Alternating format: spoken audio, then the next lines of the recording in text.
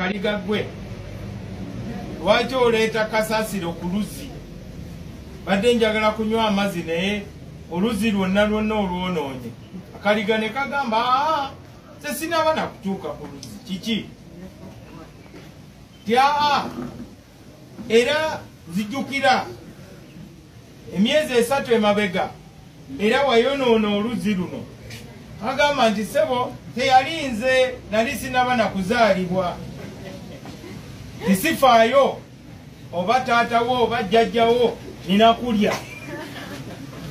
Awo wetutuuse nga DP kati abamu kati n'ebizibu ebyaliwo nga Mao tanaba na kufuuka president kubanga ono Dr. Lulume yalwana Sebaana nga siri mu national executive. Buli ndowooza ne bw'aba nga asigaddewo yekka ku nsi ajja kwerwana yekka kubanga alina kulwana. Ffe tulina okwogera amazima tuve mu katemba. Ogamba otya nti simanyi toyinza kuteesa ne NRM toyinza kukola ki?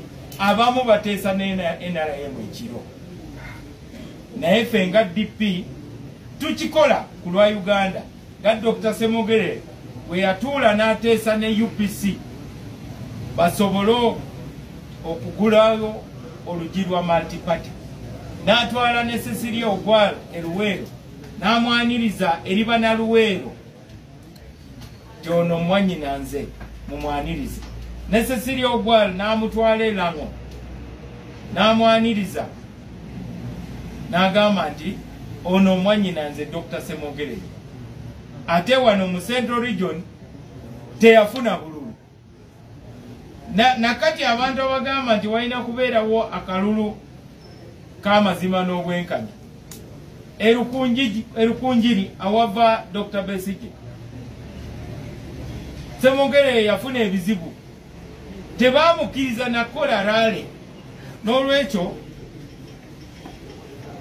nze ndowooza tudde ku bigambo bya Bayibuli era ne gye balaze bagenze kati buli omu ayogera ensonga ezaffe. Munnaffe nga owa DA Mpuuga ye yalowooza nti yasoose okugyayo ensonga zino transition okusonyiwagana mu Uganda okubeera ne okwogeraganya national dialogue. Netumugamba sebo oli ku copy and paste tolowooza nti olw'okubanga oyingidde ku stage eya national kati ensonga zino gwozireese. Tukwaniriza n'ensonga zibaddewo ku meeza leeta ebiteeso byo. Buli ayogera kati mu Uganda ayina kwesigama ku nsonga zino eza DP ze twateeka mu cooperation agreement. Kabewa kibiina ki? Kabewa DA, kabewa simanyi Holy Alliance yazaala DA. Boba bateeka munti President Museveni bamuwe free kick aleme kwetaba mu kalulu abeere president nga tebamulonze. Naye ffe nga DP tuleeta ekitangaala tujja kwogera amazima ebintu byaffe tubikola misanatu. Olaba kati DP tusazeewo tusembezeko katebe kaffe emabbali naye olaba akavuyo akali mu opposition abaali banenya Mao nti abalemesezza okubeera mu DP ne gye baagenda kati tebateredde. DP kyekibiina ekibadde kyaniriza buli muntu ayagala okuzimba Uganda. Twayaniriza NRM NRA kuba bakimanyi nti n'omukulembeze waabwe yali memba wa DP okumala emyaka 10. Abasinga okufiira mu lutalo olwaleeta NRM abasinga baali ba DP. Gavumenti eyasooka eya NRM baminisita abasinga baali ba DP. Naye olw'okubanga tebaakaanya ku nsonga ya multiparty abakulembeze baffe bagenda mu kooti. Ffe twagulirawo Abannayuganda olugi lwa multiparty. Honorable Zachary Olum, Honorable Reina Kafire n'omukulembeze waffe Honorable Dr. Paul Semogere be baawangula olutalo olwo. Kati abantu bali mu kweyagala nti akatale tukaguddewo naye tebamanyi nti DP yasamba oluggi akatale ka multiparty ne kagulwa.